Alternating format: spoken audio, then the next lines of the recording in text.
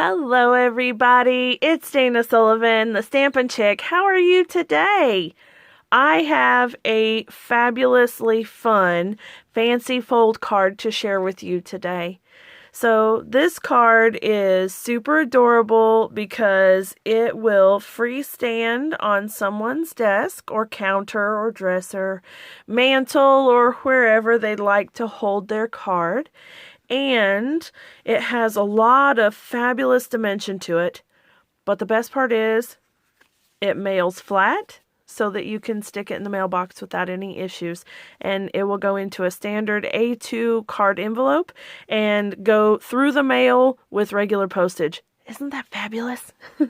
All right, let me show you what you need to create this card, okay? The first thing is that we're going to use the Back on Your Feet stamp set. I absolutely love this stamp set because the images are super cute. These little critters all in some sort of a predicament, and they're so sweet. And then they each have a little sentiment that goes along with them, and they're just adorable. All right, you're also going to need a piece of cardstock that measures 4 1/4 by 11 inches. Now, if you've been doing cards for any length of time, then you know that this is one of the two standard card bases. We're going to do some scoring on this, and I'll show you that here in just a moment. So this is going to make the base of the card, and you see it looks kind of like a 6, right? All right, so you're going to need that 4 1/4 by 11 inches. Now, you'll also need a piece of designer series paper or cardstock. You can use either one, and that's going to measure 4 inches by 5 1/4. And as you can see, that's going to layer on half of the card base as standard for a basic card, okay?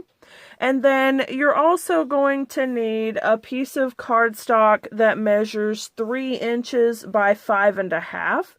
And we're going to do a little bit of scoring on this one as well. So that's 3 inches by 5 1/2.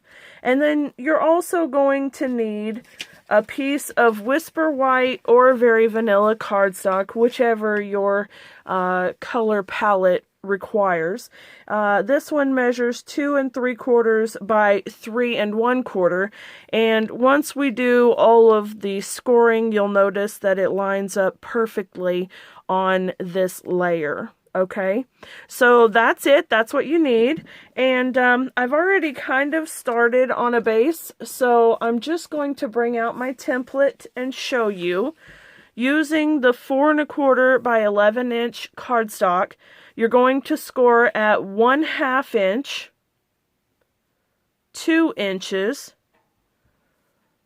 4 inches, and 5 1/2 inches. So that's 1/2, 2, 4, and 5 1/2. Now, 5 1/2 is your halfway point, so that gives you your standard card size, and then the rest of it makes up the fabulous pop-up style on this card, all right? And then for the other layer, the one that measures 3 inches by 5 1/2, you're going to score it on the long side at 1/2 inch and 2 inches. All right, so as I've already done with my sample here, we've got 1/2 inch and 2 inches. Okay, now I have already attached my designer series paper to that section of the card base right here that measures the 4 1/4 by 5 1/2, because this is your standard card base. So I've already put that layer on and centered it in that back section. All right, and then we're going to wrap the rest of the card base around to make a box. Okay, so you'll fold it at 5. You'll fold it at the 4.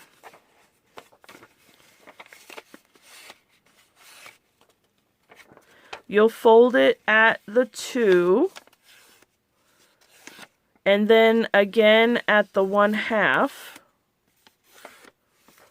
And so it will look like this. Okay? Now, if you put a strip of tear and tape right here, and you fold it at the 4-inch mark, and give it a little press, when it pops up, it will be exactly where you need it to be. All right? So let me say that again. We're folding on all of the score marks. You're putting tear and tape on the back side of your cardstock. And if you fold it in half at the 4-inch mark, then press it down. Your tear and tape will be exactly where you need it to be for the card to pop up. Okay? And that brings us to where I am here. So I took the cardstock and I put tear and tape on the 1/2-inch strip, and as you can see, here's the 5.5-inch score line and here's the 4-inch. So I folded it in half and I gave it a good press, and now when I pop it up, it makes my box shape, right? Okay, now we have our 3 by 5.5-inch piece of cardstock. And through the magic of television, as Miss Connie says, I have already pre-stamped my card layer. So this is the 2 3/4 by 3 1/4 inch piece of cardstock. Now, you'll just glue this layer onto this layer, and you'll see where it fits. All right. Now, because I made my little piece into an adorable little wobble, I'm going to show you how I did that as well. So I'm going to be using a little bit of Stampin' Up! Contraband. I have the 3/4-inch hole punch, which unfortunately is retired. However, you could use the 1/2-inch or the 1-inch depending on what your image is. But I just want to cut a hole right out of the center of my turtle. And that seems a little awful, but we're going to make it okay here. All right, and so I have this little wobble, and I got these on Amazon, and actually the ones that I got are standard size, so they're pretty big. But I got a package of 100 of them for, I don't know, $27 or something maybe. They were really inexpensive. But they do have mini ones. And in hindsight, I recommend looking for the mini ones because they would be easier to apply. So I had to trim a little of the adhesive strip away. But all I'm going to do is kind of taco fold that little piece so that I can slide it up through the hole. And you'll see here that it now fits perfectly in that space. Okay? And then I'm going to take it back out for just a second because I haven't adhered my label yet. And I want to adhere the inside of this piece to the back of the card, so it makes it a little easier for me to put it together. So all I'm going to do to make that happen is I'm going to take some snail, and I'm just going to put my adhesive on the back of that layer, just like I would if I were attaching it to a card base, except that I'm also going to apply a good amount of snail all the way around the circled area, because then my little plastic piece is going to stick to it, and when I try to apply the white layer to the yellow layer, my little wobble's going to stay in place. Okay, so let me just fold it like a taco again and stick it through the hole. And now I want to scooch it over just a little so it's kind of centered in that hole. And then now I can give it a nice little press and the wobble stays in place. Okay? Alright, now the wobble has its own adhesive piece as well. So we're going to take the take your pick tool here, and you can see we kind of need to adjust the wobble just a tiny bit. There we go. Alright, so you take the take your pick tool and peel the backing off, and it has its own adhesive, and that adhesive is super tacky. So a word of caution is to just be very careful when you're applying this to your card layer, because once it touches, it is there. Okay, so I'm just going to center this on the yellow piece, and then I can give it a good, even, firm pressure. And it is on. And now my little wobble is in place and ready for me to layer my turtle. Now I've already pre-stamped, pre-colored, and pre-cut my turtle because I didn't want to waste too much of your time. But I did use the Old Olive Light and Dark Stampin' blends to color my turtle. And you'll be able to see all of the shadow and highlight areas. And then of course I left his eye white. And trimmed around him really well.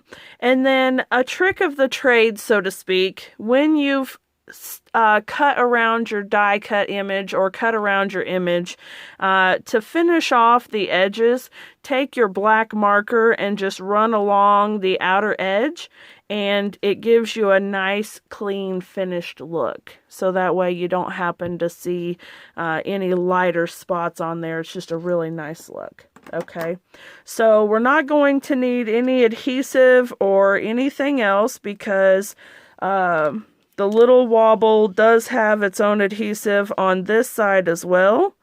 So it's just a matter of getting it off.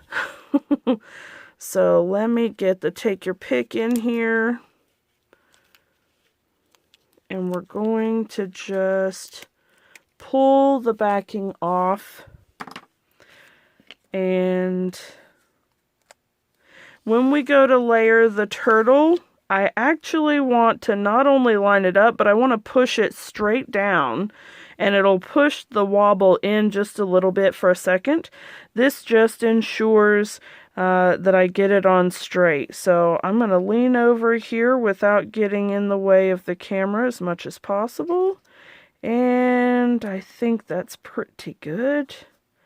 So I'll give him a little press, and now he's on there and wobbles. Isn't he cute? All right. Now I need to get some tear and tape and put it on that 1/2 inch flap, just like we did with the card base itself. So we'll do that.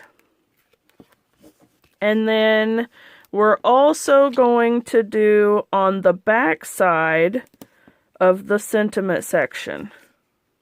Okay, so when I'm looking at the front, I have it on the 1/2 inch tab, and then when I flip it over, I've got it on the back of the sentiment piece. All right, okie dokie.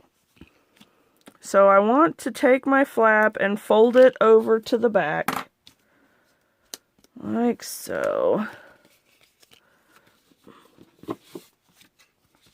All right, and I have my card base, and at this point, we're going to take the box and fold it down flat this way, all right? So here's our 5.5 inch fold, and once again, there's our 4 inch fold, all right? So just the same as we did for attaching this section, we're going to do it to attach this piece as well. And what you're going to do without removing the backing here, you want this to stay on for just a minute. We're going to lay this section where we want it on the card. And this allows you the opportunity to shift it around without it being sticky and getting in your way. And then fold that tab over and press it down. Okay. Now we can unfold the flap, take our backing off of the back side, keep it folded down. We want the card to stay folded down, but we're going to fold that piece back over, make sure that it lines up again, and give it a nice firm press. and then press it back up the other direction, and now we're done. Isn't that beautiful? Super cute, lots of fun, very easy to do. This is something that you can do for all sorts of occasions, and it's great for things like birthdays, maybe graduation. We all know someone who's graduating this year. This would be a great graduation card. It's got a lot of little action to it, and it's something that they can sit on their dresser in their dorm room in college, or in their dresser in their bedroom if they're an 8th grade graduate or a little kindergarten graduate or whatever. This is a super cute fancy fold to use, okay? All right, now the last thing that we want to do is tie our ribbon. And y'all know by now that I don't necessarily know the measurements of the length of my ribbon. I tie it straight off of the spool to keep from wasting any. And that's what I'm going to do now too. So I'm just going to fold that over, and I'm tying it into just a standard little card knot. Okay, just my simple regular knot. And no frills, nothing fancy here. Let me grab my scissors. Oh, that would be good. All right, here we go. And I want this to be over more towards this side. And I'll just tie it off, and we shall be done. Now, if you want... come here, ribbon. If you want a good place to write a nice, cute little note or a sweet little affirmation or whatever, you can always put a white panel on the back of the card, and that'll give you plenty of room to write something on it. So on this section right here, you could just put a white panel here and put your note in there. Or you wouldn't necessarily have to attach this, or maybe you attach it with Velcro and you put your sentiment on the inside there. I mean, you could do all sorts of things. Okay, let's get that tie and trim, and then we're done. There we go. Very cute. I love it. All right, so there you have it. This, I believe, is called a high-end pop-up card. So you can find other ideas for designs on Pinterest and Google. Anyway, look on my blog and you'll find all kinds of card and treat packaging, gift ideas, and tutorials. And make sure that you're subscribed to my channel here if you're not already, because I do post videos regularly and I would love to have you join me. And as soon as I have 1,000 subscribers, I'm going to be doing a big party celebrating with giveaways and prizes and games. So I'm looking forward to doing that with you. And if you liked the videos, give it a thumbs up and feel free to share it with your friends. So thank you all so much for watching. Have a wonderful day. Bye for now.